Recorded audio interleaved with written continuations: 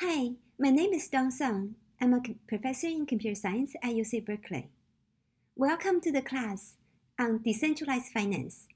This class is co-taught with 4 other co-instructors: Dan from Stanford, Arthur from Imperial College London, Andrew from UIUC, and Christine also from UC Berkeley. DeFi is an exciting new area. The world is changing fast, and the area of DeFi is changing even faster. We hope together you will enjoy the learning journey of DeFi in this class. Before we talk about DeFi, first let's talk about what is finance. Finance is a broad term. Anything that involves the creation, management, and investment of money and financial assets is essentially part of finance. And there are many different types of financial assets and financial instruments. For example, bank deposits, stocks, bonds, loans, derivatives, and so on. A financial asset essentially is a non-physical asset whose value is derived from a contractual claim. And there are many different types of financial services that we use on a daily basis. For example, banking, lending, borrowing, insurance, funds, and so on. And a financial market is a marketplace for trading financial assets. And first, let's look at how traditionally finance is done. Traditionally, we have centralized financial institutions that provide these financial services to us. There are different types of financial institutions depending on the type of financial services that they provide, such as banks, securities companies, fund management companies, and so on. And for more details, you can see Title 33 of the United States Code. There are a number of characteristics for these financial institutions. First, typically the financial institutions hold custodies of customers' funds and assets. For example, my money in my bank account, essentially my bank holds custody for them. And the bank has the power to freeze someone's accounts if there's illicit activities, for example. And also these financial institutions, they serve as intermediaries for transactions. For example, if I want to transfer money from my bank account to Dan's bank account, if we use the same bank, then the bank will decrease the balance of my account and increase Dan's account, and essentially serve as the intermediary for the transaction. And if Dan uses a different bank, then my bank will communicate with Dan's bank and perform the transaction. As intermediaries, these financial institutions has a lot of power. For example, they can censor the transactions. For example, if the money transfer is a type of money laundering, then the bank may censor the transaction. And also, these financial institutions take fees as for providing the financial service. And these financial institutions typically are highly regulated. They need to adhere to strict onboarding and continuous compliance rules. And there are different types of rules and regulations. For example, KYC, Know Your Customer, AML, anti-money laundering, and CFT, combat the financing of terrorism. As you can see here, as a consequence of how these financial services are provided, the customers usually have no privacy to the service providers. So for example, my bank knows my real identity and also knows the full account transaction information for my account. But however, to the customers, the financial services are very opaque, and the information and records are kept in siloed databases and applications. And as a consequence of how financial institutions operate, again, as holding custodies of customers' funds and serve as intermediaries for transactions, they essentially need to be fully trusted to operate correctly and securely. So we place a lot of trust on these financial institutions. On November 1st, 2008, the famous and anonymous Satoshi Nakamoto released his Bitcoin white paper. And this ushered the world into a new era for public blockchains. Public blockchains, also called distributed ledgers, they are a new type of technology that enables mutually distrusted nodes to come together and collectively maintain an immutable ledger that's open to anyone and that maintains immutable records and transactions. With the birth of Bitcoin, it provided for the first time the capability for users to provide self-custody of money, in particular digital currency. In 2014, Ethereum has been proposed as a next generation blockchain platform, in particular a smart contract platform with Turing-complete smart contract language. And with Ethereum, it allows different types of applications to run on top of the smart contract platform and hence provide the capabilities for the first time for open programmable money and financial assets.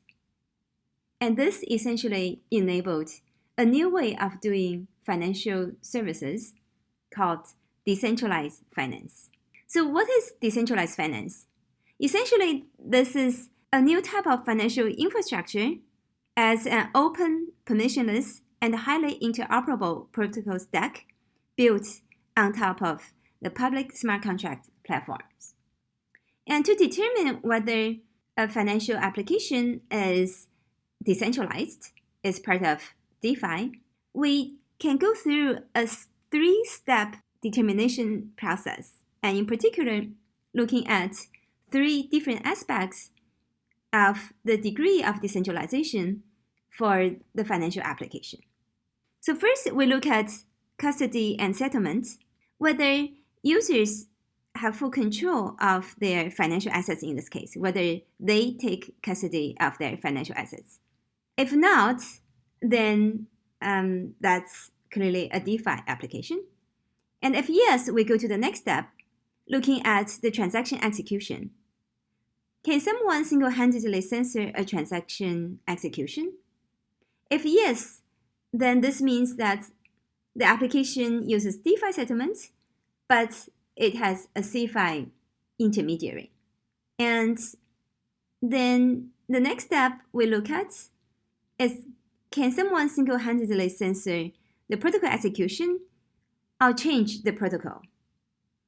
And if yes, that means this is essentially governed DeFi.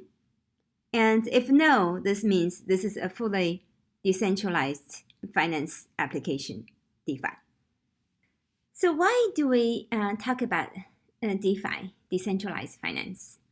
So first, let's look at a comparison of the different characteristics between CeFi and DeFi, centralized finance versus decentralized finance.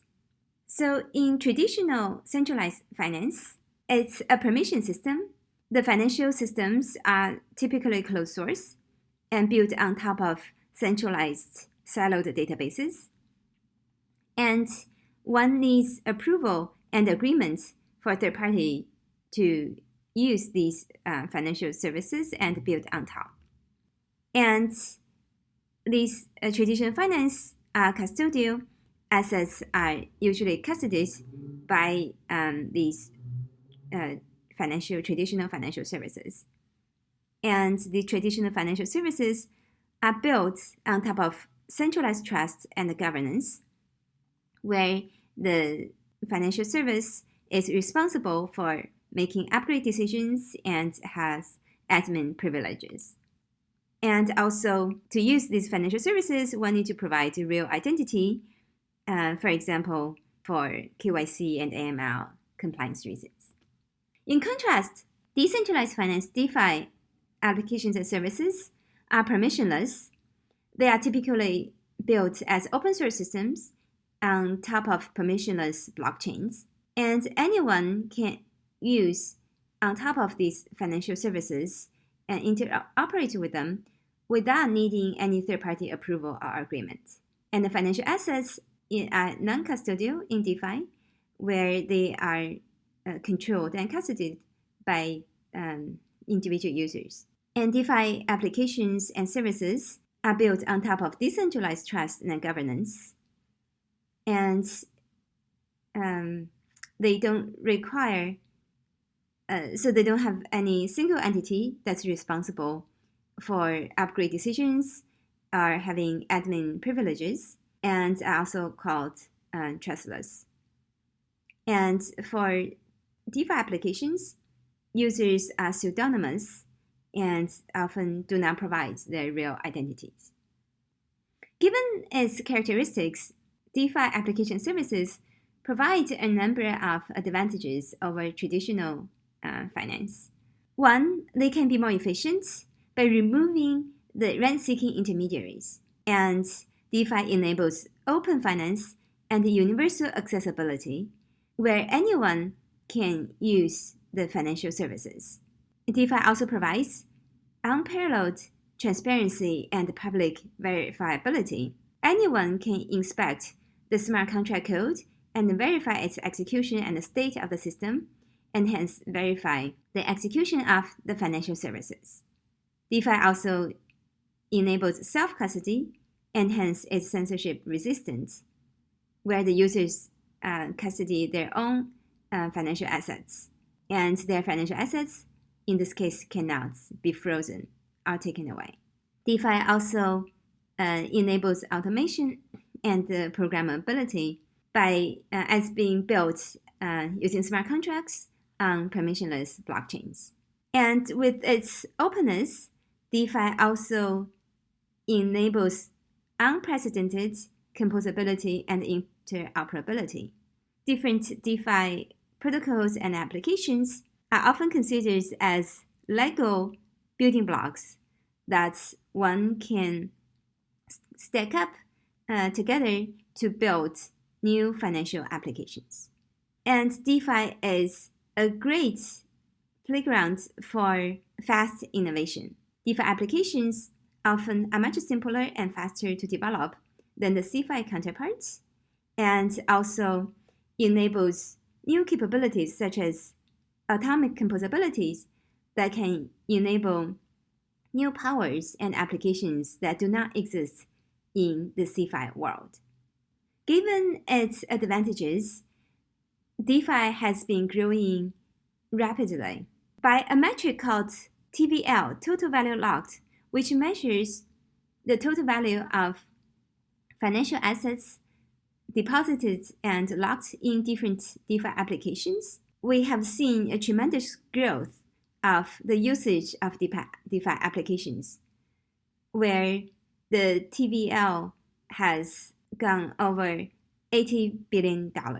And also, we see a rapid growth of the total DeFi users over time as well, where we see over 3 million users have been using DeFi applications. So how is DeFi done? What is the DeFi Stack? So DeFi is built on top of a decentralized smart contract platform. And within the DeFi ecosystem, there are different roles. So first, users use the DeFi application and services. And the DeFi service is often implemented as a smart contract. And in particular, for a DeFi application, there are a number of layers. So first, at the bottom is the settlement layer. For example, transactions are committed on the blockchain, which keeps an immutable log of the transactions. On top of the blockchain, there's the asset layer, which implements the different financial assets. There are different types of financial assets. One is the native protocol asset. For example, on Ethereum is ETH. There are also other types of financial assets that are implemented as smart contracts. For example, the ERC20 standard specifies a type of financial asset called fungible tokens. Thus, for example, a smart contract implementing ERC20 can maintain the balance of different accounts for this financial assets. Another example is the ERC 721, which specifies standards for non-fungible tokens, NFTs. On top of the asset layer is the protocol layer, where different types of financial services are implemented.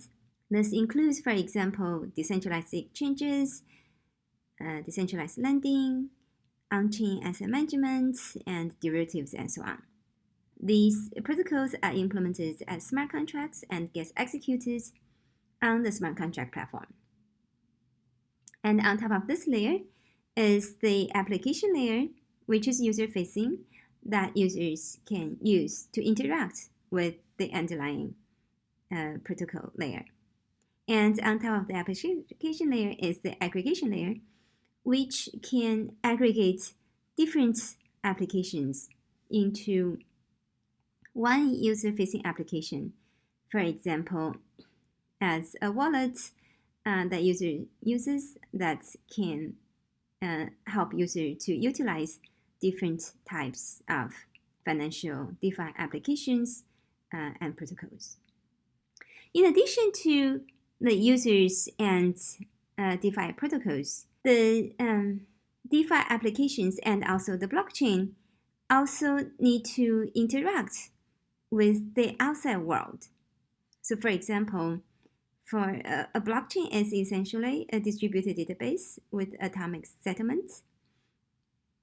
It may need to interact with another blockchain, which may have other types of financial assets on this other blockchain.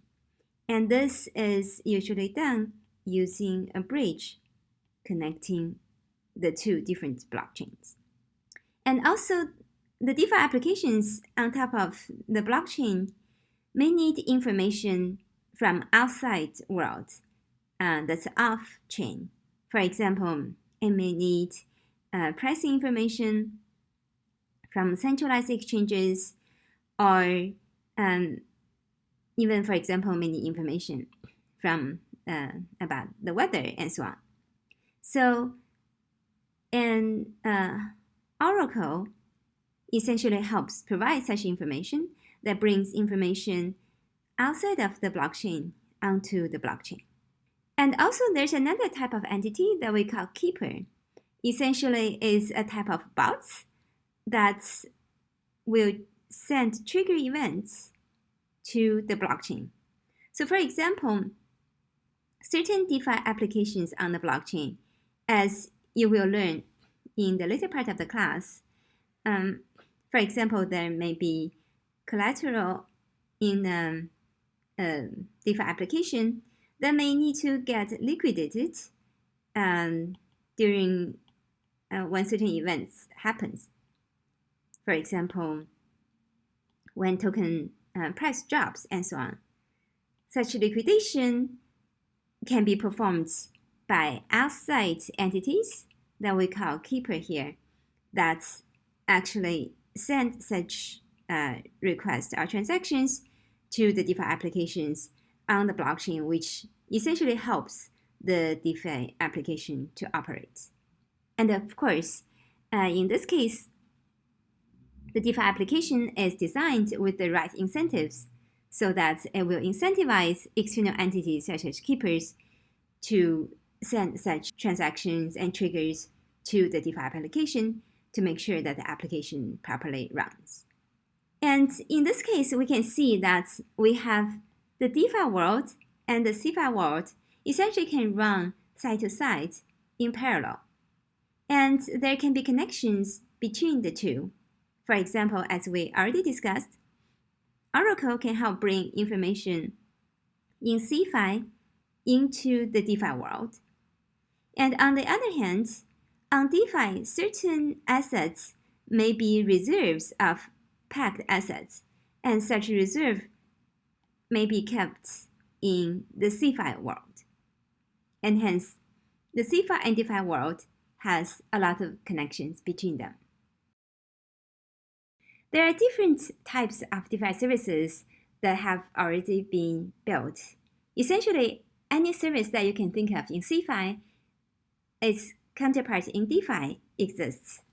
For example, there are DeFi services for exchanges and trading, lending, insurance, asset management, and so on.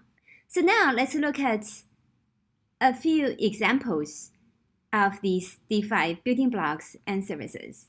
The first we are going to look at is asset tokenization, which is the core of DeFi, how DeFi assets are created. Tokenization is essentially the process of adding new assets to a blockchain. And in blockchain, token is the key, where token is the blockchain representation of the asset. And this token representation makes assets more accessible, easy to transfer, and programmable. And there are different types of tokens. For example, governance tokens, where the token holders of the governance token can vote and to decide the future development and important decisions on the protocol. And there can be security tokens, which, for example, represent tokenized physical assets, such as tokenized real estate. And another type of token asset is non-fungible tokens, called NFTs. And many of you may have heard about the recent craze on NFTs. So NFTs, these are non-fungible tokens that can represent different types of assets, such as music, arts, and so on.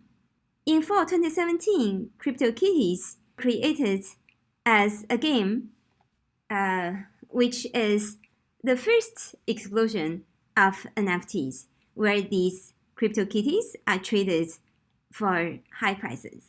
And more recently, in March this year, artist Beeple's Everyday's NFT was sold for over $69 million. So NFT has become a new way for arts and for representing art ownership and for trading of arts. Another important type of tokens, especially for DeFi services, is called stablecoins. So as you may notice that a lot of the tokens and the tradable tokens, their price can be very volatile. But for a lot of the DeFi applications, it needs a type of asset with a stable price, and hence motivates the creation of a type of token called stablecoin. So these stablecoins essentially are tokens whose price is pegged to certain other types of assets, such as fiat and precious metal and so on. And there are different ways for creating stablecoins. For example, there can be stablecoin can be created using off-chain collateral, such as off-chain fiat or precious metal. It can also be created using on-chain collateral, essentially using collateral of on-chain crypto assets. Or they can be non-collateral and are purely created using algorithmic methods. And this is a real invention in DeFi that does not exist in the CeFi world. And in the later part of the class, we are going to study in more detail the different types of stablecoins and study their stability or instability and what are good ways for creating stablecoins. Another example of DeFi building blocks and services is decentralized exchanges. So exchanges is a marketplace that allows users to trade different financial assets. And traditionally, this has been done with a centralized exchange. Like any other centralized financial services, a centralized exchange holds custody of users' assets. And there has been many attacks on centralized crypto exchanges. The most famous one is the attack on Mt. Gox in 2014, where over 800,000 Bitcoins were stolen. And this was valued over 450 million at the time. And today it would be valued over $30 billion. And in year 2019 alone, over 12 centralized exchanges have been attacked with over 300 million worth of crypto stolen. And also there can be rogue centralized exchanges, which simply takes users' money away and then disappears. So with these centralized exchanges, also there's a lot of non-transparency that users do not know how decentralized exchanges operate. In contrast, decentralized exchanges provide a number of advantages. One is non-custodial. Users take custody of their assets. And two, these decentralized exchanges provide full transparency on how the transactions and trades have happened. Centralized exchanges determines the trade using an order book, where sellers and buyers put up their orders that get matched on the centralized exchange and then get settled. Whereas in decentralized exchange, there has been a number of innovations that allows different types of order matching to facilitate the trade. For example, there's standard order book methods, but also there's a new type of method called constant function market maker, which does not need an order book. That is also called AMM, automated market maker, which we will learn more in later part of the class. And also there are other methods such as reserve aggregator and so on. The biggest decentralized exchange so far is Uniswap. And over time, we have seen that the trading volume, decentralized exchange, has grown drastically over time. In fall 2020, it was the first time when Uniswap's trading volume exceeded the centralized exchange Coinbase trading volume.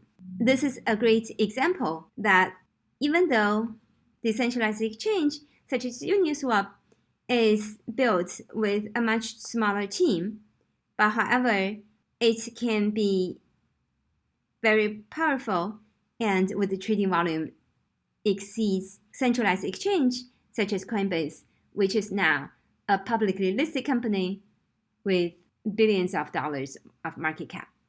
The third example of DeFi building block and service that we will see here is decentralized lending. Lending is an important function in finance, where people who have money lend money to people who need money. And an important part of lending is to make sure that the loaned money eventually gets returned.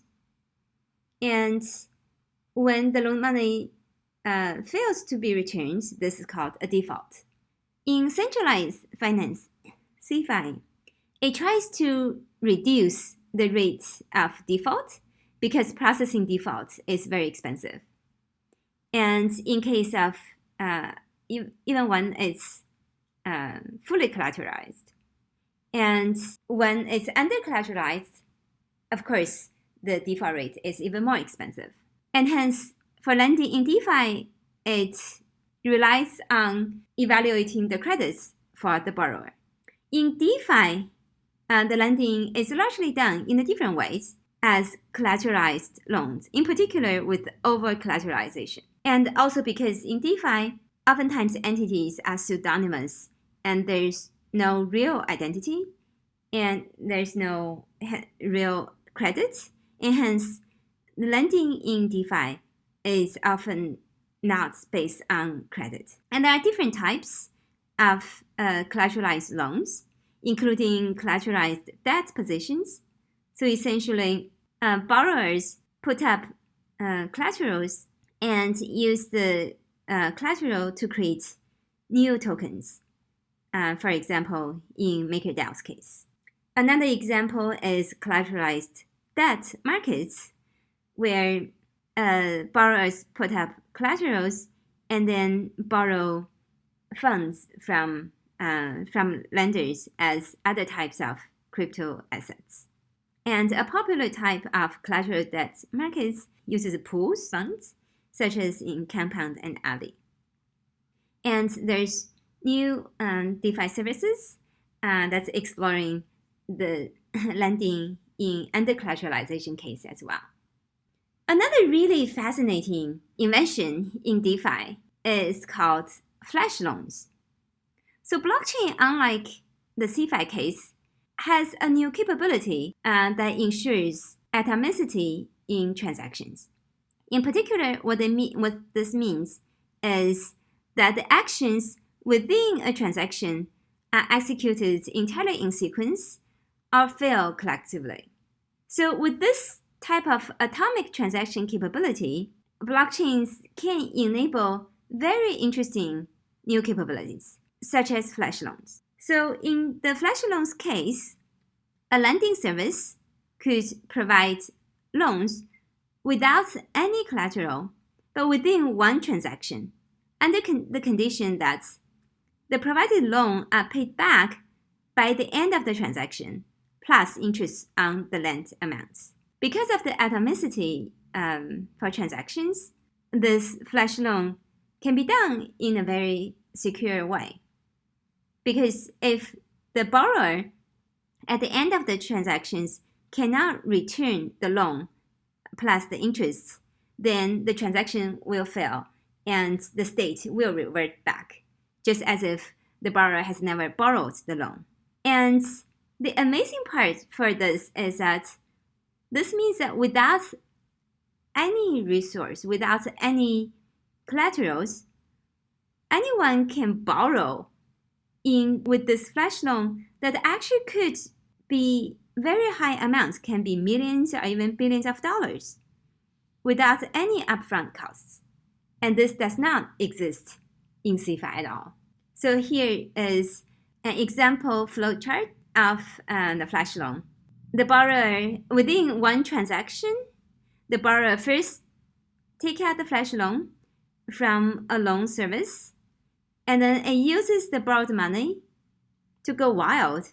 For example, it could use the borrowed money for arbitrage and so on. And then at the end, repay the loan with interest. So here is a concrete example where the arbitrager borrows a flash loan and then use this loaned amount on the exchange to exchange. For example, it borrows this much USDC and then exchanges this USDC to DAI given the current price of USDC and DAI on this market. And then on another market, it exchanges the DAI into the USDC given that there is a difference between the price on the two markets, and essentially just performed arbitrage. And this arbitrage generated a profit, so that at the end of the transaction, the arbitrage can return the original flash loan and then keep the remaining as the profit. So these are just a few examples for DeFi building blocks and services. And there are many other examples as well. For example, decentralized derivatives. Derivatives are essentially financial assets whose value is derived from certain underlying assets. And there are different types of derivatives. For example, asset-based derivatives, such as synthetics and mirror, that creates derivatives based on, for example, stocks. And there can be event-based derivatives, such as Augur or prediction. These are essentially prediction markets that creates assets based on external events. Another type of DeFi building block and service is on-chain asset management.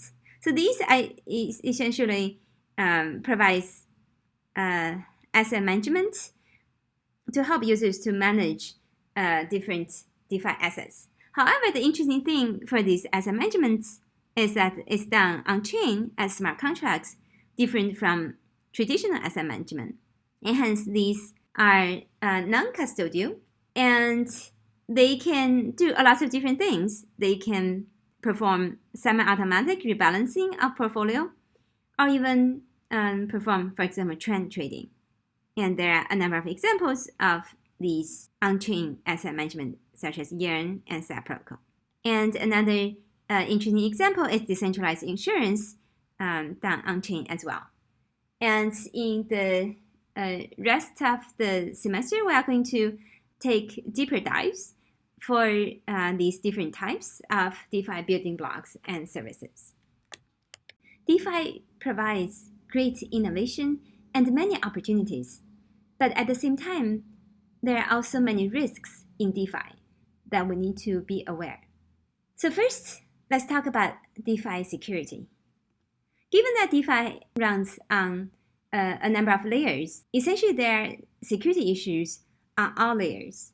For example, including network layer attacks, consensus layer attacks, and smart contracts can have bugs and vulnerabilities. And when we compose DeFi protocols, there can be composability attacks. And as DeFi gets information and communicates from the outside world, there can be breach attacks, oracle attacks, and given that DeFi is governed in a decentralized fashion, there can be governance attacks as well. And DeFi security is a huge risk in DeFi. When we talk about DeFi security, essentially there are two different types of security issues that we need to consider. One we call technical structure security or technical security. So these are essentially security issues risen from the underlying technical vulnerabilities and in the technical structure of the blockchain systems. And often attackers can take the profit in a risk-free manner by exploiting these technical vulnerabilities. And another type of DeFi security issue is what we call economic incentive security or economic security. And in these type of security issues, attackers exploit the incentive structure of the protocol to realize unintended profit at the expense of the protocol or its users. In the rest of the semester, in the rest of the class, we will study the details of the different types of DeFi security issues. For example, looking at different types of smart contract vulnerabilities that can be exploited for attacks, as well as the economic security issues. So here is a simple example of a DeFi attack called front-running attack. In this case, an adversary observes a transaction on the blockchain peer-to-peer network. And for example, this is a profitable trade that a user would like to do to make some money. However, given that all the transactions are open in clear text on the peer-to-peer network, so attackers could see these transactions before they are committed. So in this case, instead of having the user taking the profitable trade, the attacker then decides to create a transaction that actually front runs the user's trade so that the attacker gets to take the profit. And the attacker can do this by paying a higher transaction fee. And given that in a blockchain, for example, Ethereum, the miners mine transactions based on their paid fees. And hence, in this case, the miner will execute the attacker's transaction before the user's transaction, and hence front run the user's transaction and enable the attacker to be able to take the profit. And similar techniques can also be used for backrunning a transaction in what's called a sandwich attacks. And in later part of the class, you will learn more about different types of such attacks. And these different types of attacks also allows miners to essentially be able to extract more value from the blockchain other than just mining for block rewards. They could perform these different attacks or facilitate attackers to perform different types of attacks. And we call these miner extractable value or blockchain extractable value, where the miners and attackers can, in this case, extract values from the different DeFi applications or other blockchain smart contract applications to extract value from the ecosystem. And we'll also study more about these MEVs and seeing that these MEVs have been has become a tremendous amount of value, ranging in hundreds of millions of dollars. Another types of risks in DeFi that we need to consider is systemic risks. On one hand, for DeFi, the composability enables great innovation and fast progress in developing new DeFi applications.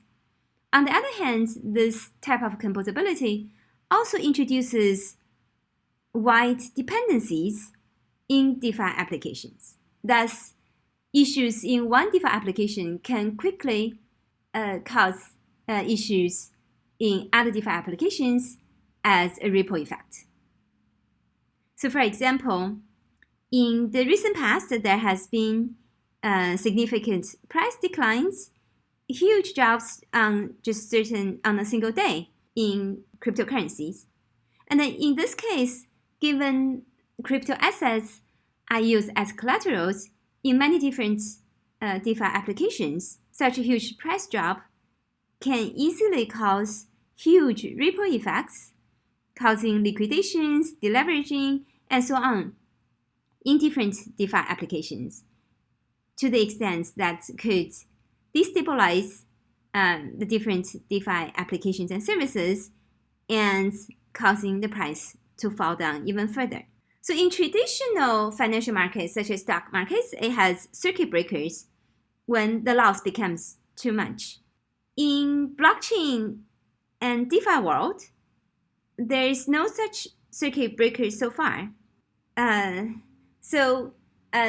This is, in particular, is important for us to further investigate and explore the different ways to reduce systemic risks. There are a number of exciting and important open research challenges. One, scalability. For example, currently, Ethereum has limited scalability, can only perform about 20 transactions per second. And such scalability limitations severely limit the scalability of DeFi applications. As a consequence, today, most of these DeFi applications are very expensive to use, oftentimes can cost tens of dollars or even hundreds of dollars to perform a single transaction on these DeFi applications. And hence, it's also an important open research challenge to see how we can enable the broader population to utilize these DeFi applications, how we can also make it easier for end users to use these DeFi applications. As I already mentioned, privacy is another open research challenge in DeFi, and in particular, how we can enable greater privacy for users and at the same time can also enable regulation compliance. And security is a huge open challenge in DeFi. And as we already discussed, there can be security issues at all layers of the blockchain and DeFi applications. How can we design and build more secure oracles to provide authentic and correct information in a timely fashion on-chain. Protocol and smart contracts can have different vulnerabilities and have been exploited in the past for huge loss to the users. And we need to design and develop new program and protocol analysis and formal verification techniques to ensure the security of these DeFi protocols and smart contracts. How can we design and develop new approaches and techniques for better analyzing composability risks and mitigate systemic risks? We also need to develop more effective incentive designs to ensure that the players in the ecosystem have the right incentive to behave properly. And miner extractable value is a huge phenomenon in the DeFi ecosystem today. How can we design better DeFi applications and services that can reduce these miner extractable value and provide more benefits to users? And governance is a new domain for exploration and for research. How to design better governance mechanisms to ensure that the DeFi application services is decentralized and at the same time can operate properly and be secure. And DeFi area is very new. It's very different from how traditional finance works. And there are many open questions for legal and compliance. And this is a huge area for open research as well. So overall, in this class, we hope to help shed light in this interdisciplinary domain at the intersection of computer science and finance. And we, for each financial function, we hope to investigate the CeFi and DeFi options. Is either one of these optimal? And we'll evaluate both through the lens of computer science and finance. Is the application computable, programmable? Is the application welfare enhancing and stable? How do the new and old systems interact? We also hope to explore new questions and challenges in regulation and legal frameworks. And there are a number of references and recommended reading for this first lecture. Thanks for being with us for this first lecture. We hope that you will enjoy the learning journey of DeFi. And in the next lecture, we will see introduction on blockchain. Thank you.